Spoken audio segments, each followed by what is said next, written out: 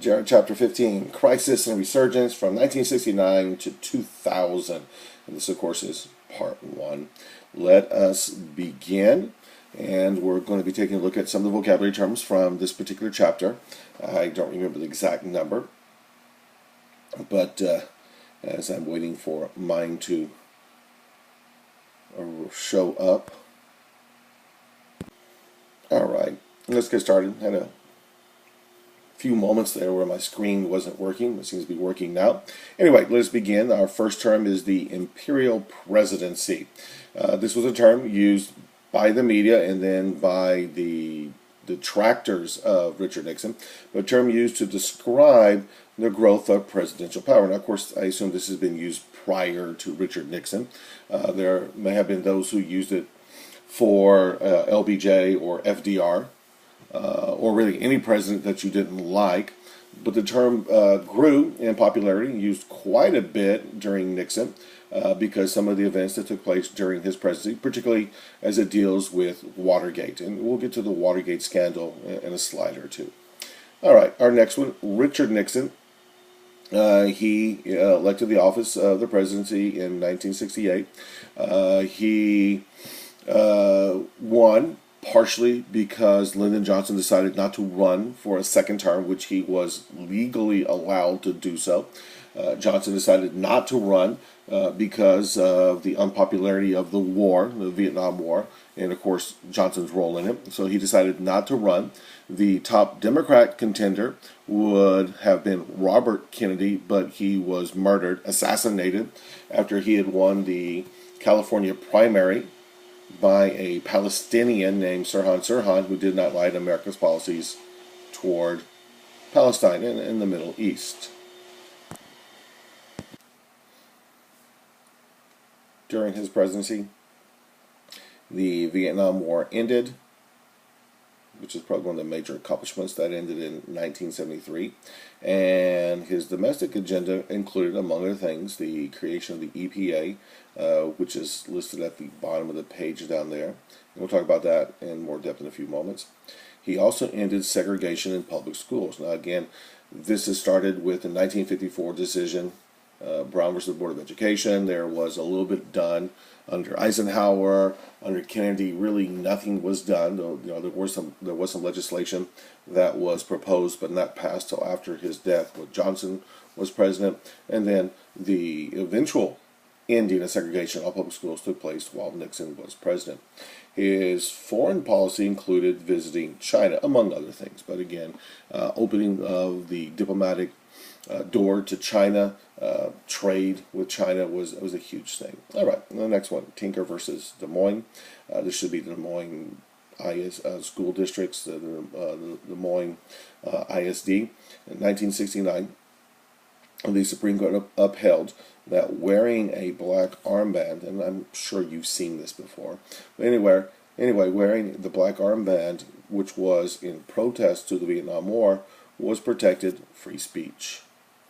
And so what happened, students wore these armbands into class as a way to protest the war, because often these black armbands are a sign of either protest or mourning. But anyway, they were protesting the war. The school district told them, no, you can't do that. The case was taken through the court system to the Supreme Court, and the court ruled that this was protected free speech. Again, this does take place in 69. Nixon was elected in 68. He became president in January of 69. He really had nothing to do with this.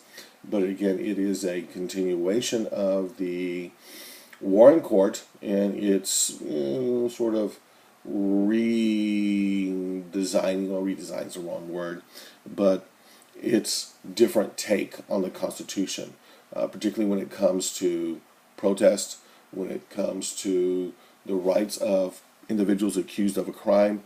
We see a huge swing of the Warren Court from previous courts. All right, Wisconsin versus Yoder, 1972.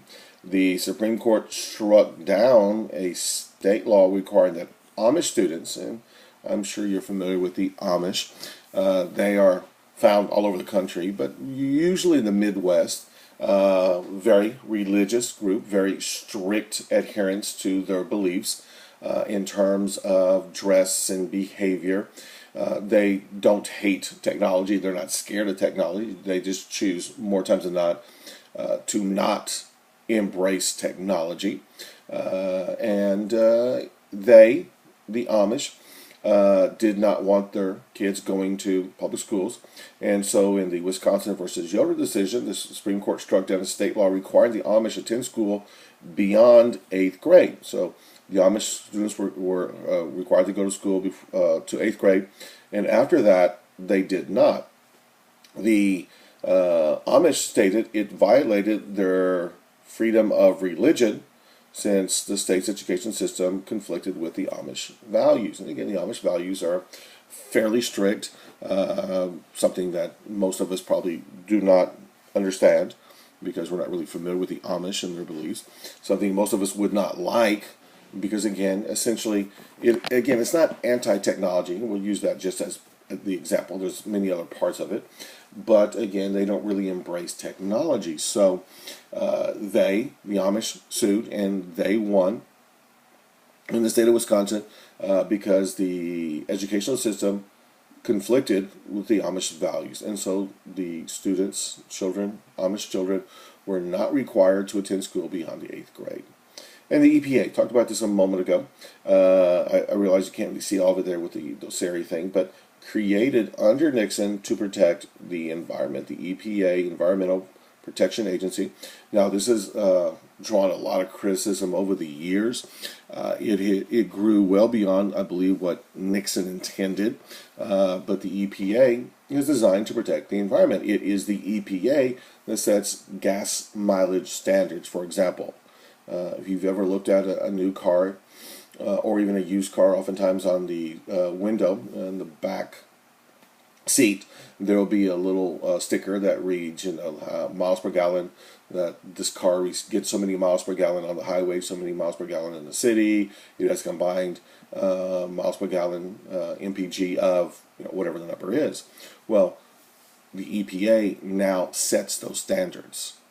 And over the course of the last several decades, those standards have been going up. So each car now must get a higher MPG, miles per gallon, than before.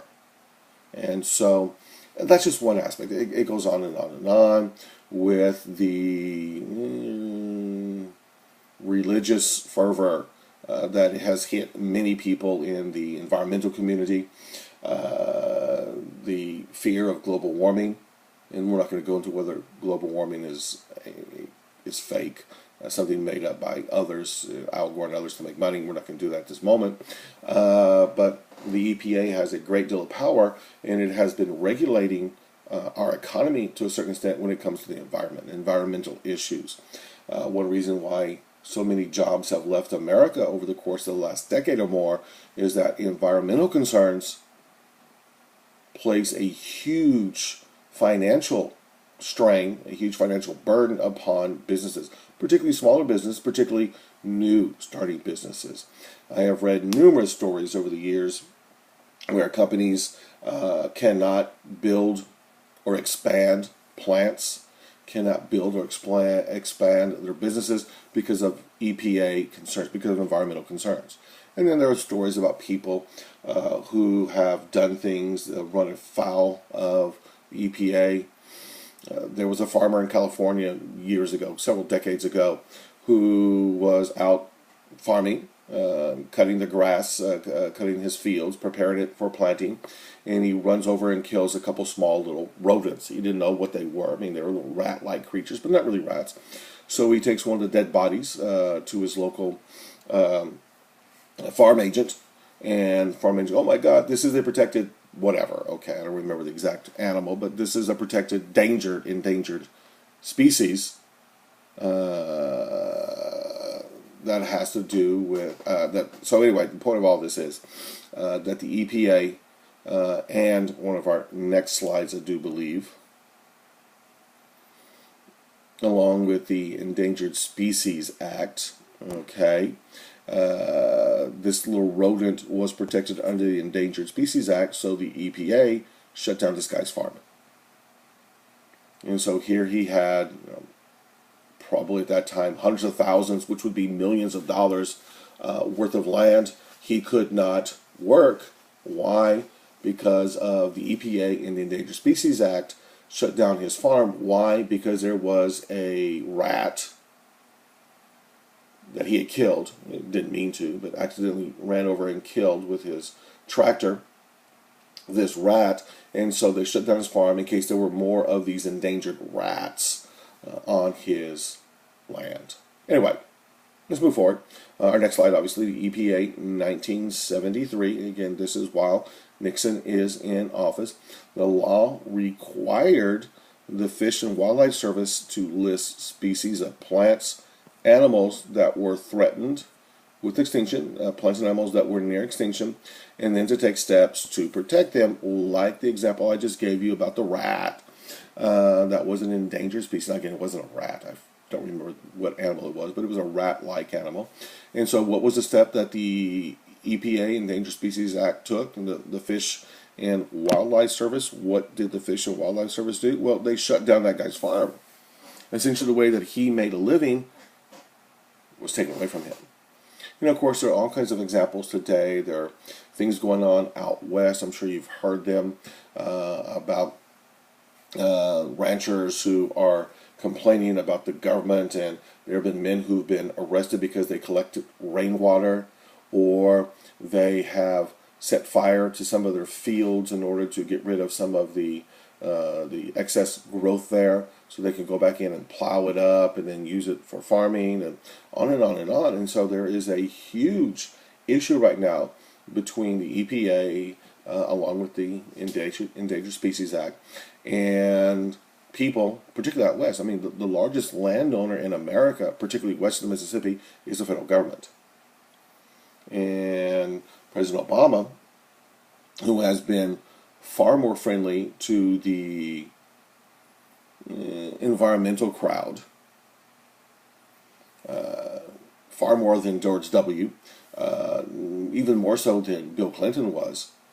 And those are the two most widely thought of presidents when the environmental crowd thinks of their heroes, Clinton and Obama. Anyway, Obama has been far more friendly toward them, far more allowing of his administration to pass laws or to enforce rules and regulations that make it more and more difficult for farmers and small business owners to thrive.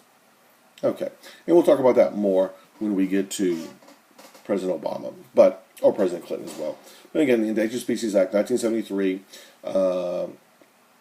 certain species of plants and animals that were threatened with extinction, the government was to take steps to protect them, whether that means setting up areas where, again, like that farmer in the story I mentioned a while ago, can no longer farm his land, or people cannot build upon land, or, again, one more example, this was, I want to say, during the last year or so of the Clinton administration, there was a forest fire out west in Oregon or Washington, I forget which one. And one of the ways in which we combat forest fires is to use these essentially giant scoops, and they will scoop up water using a plane or a helicopter from a nearby body of water like a lake or a river, and then drop that water, and we're talking thousands of gallons of water at one time, drop it on the fire, which helps put the fire out.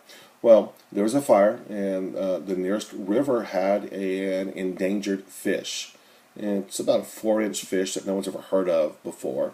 It's not something you catch and eat, or something you put in an aquarium. It's just a fish, right?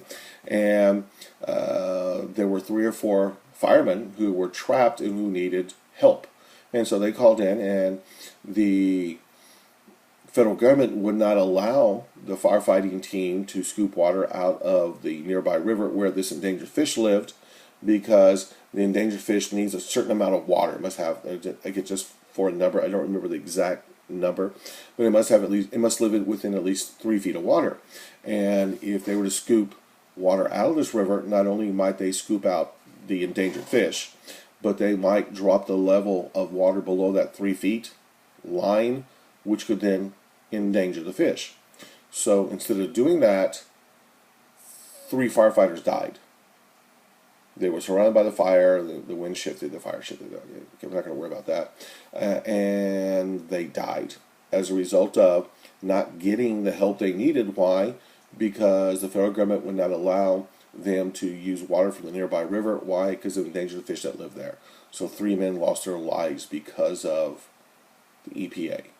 Now, again, that's a bit of a strong statement, but that's the kind of power that the Endangered Species Act and the EPA have. Now, let's move forward.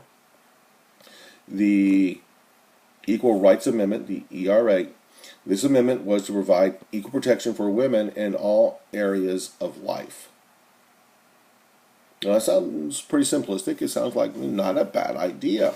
We're going to create a constitutional amendment. Again, this is an amendment, a constitutional amendment that was to provide equal protection for women in all areas of life. Again, theoretically sounds like a good idea. The amendment was finally passed by Congress in 1972, and there's a couple of ways to create a constitutional amendment. One is this route. There is a bill passed, an amendment passed by Congress, signed by the President, and then it goes to the states to be ratified. You must have a supermajority of states ratifying it for it to become law. Or you can have a constitutional convention in each state, and when a 2/3 majority of states ratify the same amendment, it becomes law. Okay. Anyway, so this amendment was finally passed in Congress, but never received, and this is the key point, never received the required number of states ratifying it for it to become law. It fell several states short. I don't remember the exact numbers, and it's not really relevant. But there were lots of people who were opposed to this, and let's take a look at one of them. Phyllis Schlafly. Mrs. Schlafly is still alive today. She was a conservative spokesperson who openly opposed the ERA because she believed the ERA would hurt women by reducing the rights of wives and harming family life. Now, we have seen over the course of the last several years, definitely under President Obama, certain things happen in terms of the family, in the terms of treatment around the country. And to put it real simple, there has been a movement away from gender-specific names, gender-specific terms. And we talked about this in the last chapter. And there has been a movement over the last several years, particularly at the college level, of doing away with gender-specific pronouns like he, she, him, her. Okay. Ms. Schlafly thought that by passing the ERA, essentially we would remove any differences. Now, it's not just Ms. Schlafly. There are lots of people who agree with her, obviously, because the ERA did not pass. It did not receive the supermajority of states. Anyway, she was one of the leading spokespersons against it. Anyway, she believed that this would harm women by essentially doing away with any differences legally, doing away with any difference between men and women. Theoretically, then that would do away with gender-specific bathrooms, in her opinion. Oh, by the way, what have we seen under President Obama? The doing away with gender-specific bathrooms. We have seen in colleges and particularly in high schools where young men who self-identify as a woman, young men, I'm talking boys roughly your age, of course, talking about high school. It could be college as well. Where young men say, I'm a woman, and they then want to change in the girls' bathrooms, in the girls' locker rooms. So this is happening across the country, and there have been numerous stories in the news recently about young men who go to the girls' locker room and say, well, you know, I'm transgender, or I identify as a woman. And they'll sit there and wait for girls to come in to change, and sit there and watch them change. And so Now, again, I'm not saying this would have occurred under the ERA, but Ms. Schlafly's opposition to this, to the ERA, was she believed this would hurt women by reducing the rights of wives and harming family life. She believed that something like this would be the outcome of it. Now, whether that would happen or not, I have no idea. But she was opposed to it, as were millions of other people, and the ERA never passed. All right, let's do one more slide, and then we will finish up this first video over this chapter. Let us start with détente. It is a Russian word, a term referring to the relaxing of tensions between the United States and the USSR. So this is a Russian term, détente, and it's talking about relaxing some of the tensions between us and the Russians. Keep in mind, Nixon was elected in 68, became president in 69. We're still in the middle of the Cold War. We're still in the middle of the missile race, the space race. We did not put men on the moon until July of 69, which is about 6-7 months into Nixon's presidency. We are still building nuclear weapons. I believe I showed you already the nuclear bombs, nuclear blasts from 1945 to about 1998. And I believe the late 60s to the early 70s were one of the, if not the most, again, let's take a 4-year period of time, take any 4 years, successive years, I believe 68, 69, 70, and 71, the period of time we're talking about, you probably had more nuclear blasts in that 4-year period of time than any other period of time in our history, in world history. So there's a lot of things going on. The Vietnam War is still ongoing. We are hunting Russian nuclear submarines with our submarines. There are several incidents between American fighters and Russian fighters. I mean, it is a very tense time. And so détente is a term used to refer to this attempt to relax tensions between us. One of those things that was done to relax tension was SALT. It is, of course, an acronym for the Strategic Arms Limitation Talks that took place between us and the Russians. The talks were successful. There was an agreement, and the SALT agreement limited the development of defensive missile systems. Now, there will be a SALT II down the road and other talks between other presidents, but SALT limited defensive missile systems. Now, what is that? Well, under President Reagan in the 80s, we started working on a defensive missile system, a shield system, where we would be able to shoot down incoming ICBMs.